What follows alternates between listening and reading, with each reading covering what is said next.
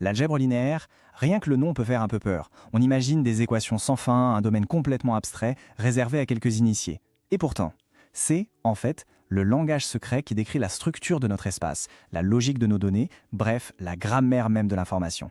Dans cette analyse, on va plonger au cœur de deux concepts fondamentaux pour voir comment, de manière assez surprenante, ils façonnent notre réalité. Il y a une question qu'on peut se poser, une sorte de paradoxe du quotidien. L'espace qui nous entoure semble d'une complexité infinie. Pourtant, pour se repérer, on utilise juste une longitude, une latitude et à la rigueur une altitude. 3 petits nombres. Comment est-ce possible? Comment une poignée de chiffres peut suffire à capturer toute cette richesse, toute cette immensité? Eh bien cette question, qui a l'air toute simple, nous emmène pile au cœur de notre sujet. Pour se construire une bonne intuition, on va faire une pause sur les équations. On va imaginer que les vecteurs, ce sont juste des flèches. Et comme dans n'importe quelle grammaire, il y a des règles. Des règles pour combiner ces flèches et pour construire des choses de plus en plus complexes à partir d'éléments simples. L'opération de base, la brique élémentaire de cette grammaire, c'est ce qu'on appelle la combinaison linéaire. L'idée est simple. Imaginez qu'on a 2 flèches de départ. Pour chacune, on a une sorte de potentiomètre, une molette qu'on peut tourner. On tourne la première pour étirer ou rétrécir la première flèche, on peut même l'inverser.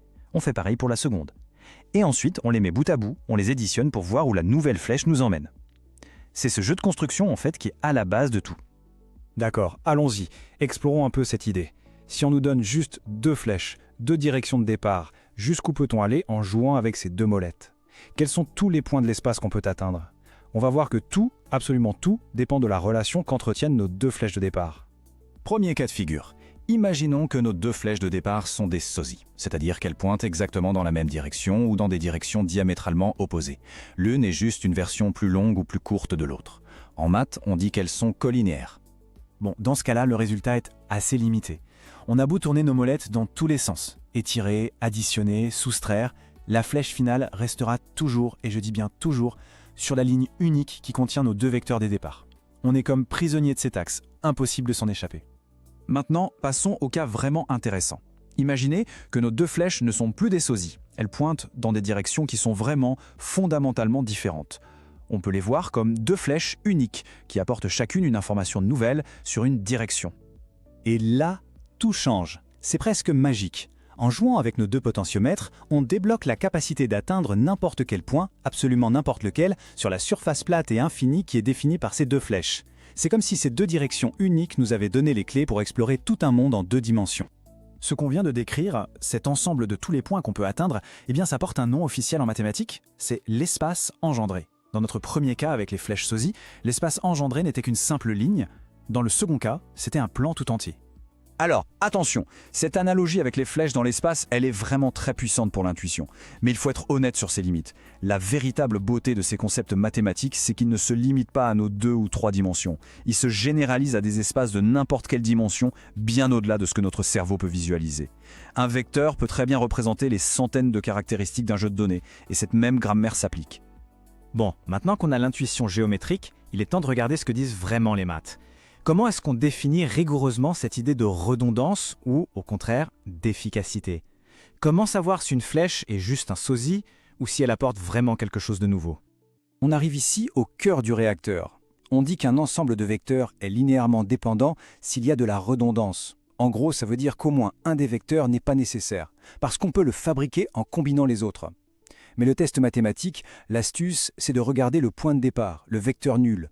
Si les vecteurs sont dépendants, ça veut dire qu'on peut trouver un moyen de tourner nos molettes sans les mettre toutes à zéro pour que les flèches se compensent parfaitement et nous ramènent à l'origine. C'est ça la signature de la redondance. Et à l'inverse, un ensemble est linéairement indépendant si chaque vecteur est essentiel, s'il n'y a aucune information superflue.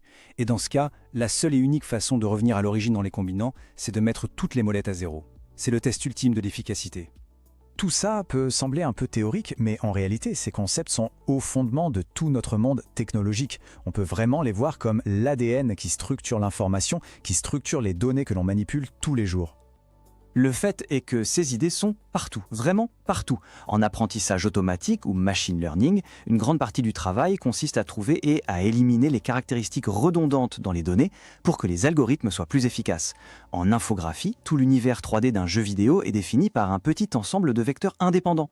Et même la compression d'images, comme le JPEG, ça fonctionne en identifiant l'information visuelle qui est dépendante, redondante, pour pouvoir la jeter sans que ça se voit trop. C'est un principe d'économie universelle. Il y a une phrase qui, je trouve, résume tout ça à la perfection. Chaque vecteur linéairement indépendant, c'est une nouvelle information, une nouvelle dimension de connaissance. Un vecteur dépendant, lui, n'est qu'un ICO. C'est une information qui était déjà contenue dans les autres. Il ne nous apprend rien de neuf. Et là, il faut être honnête.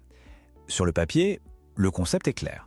Mais dans la pratique, quand on ne travaille plus avec 2 ou 3 flèches, mais avec des données qui ont des millions de dimensions, il suffit de penser aux millions de pixels d'une image ou aux milliards de paramètres d'un modèle de langage. Vérifier si tout ça est indépendant, ce n'est plus un petit exercice. Ça devient un défi de calcul absolument colossal, qui est au cœur de ce qu'on appelle l'algèbre linéaire numérique moderne. Alors, pour conclure, essayons de prendre un peu de hauteur. Ces outils mathématiques, ils ne servent pas seulement à décrire des flèches dans un espace, ils nous permettent de définir ce qu'est un espace lui-même. Et voici la grande révélation, là où tout se connecte. Qu'est-ce qu'une dimension finalement ?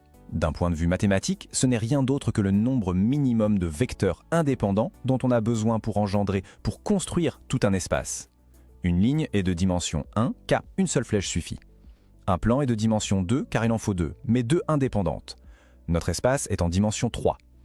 Et par extension, la vraie dimension d'un ensemble de données, c'est le nombre de ces caractéristiques qui sont vraiment fondamentales et indépendantes.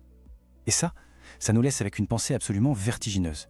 Si toute la structure de l'information et de l'espace est définie par ces principes de dépendance et d'indépendance, on peut se demander si les lois physiques qui régissent notre univers ne fonctionnent pas exactement de la même manière. Et si finalement, toute la complexité apparente du monde, tout ce que l'on observe n'était que la combinaison, l'espace engendré par une toute petite poignée de règles fondamentales, parfaitement indépendantes les unes des autres.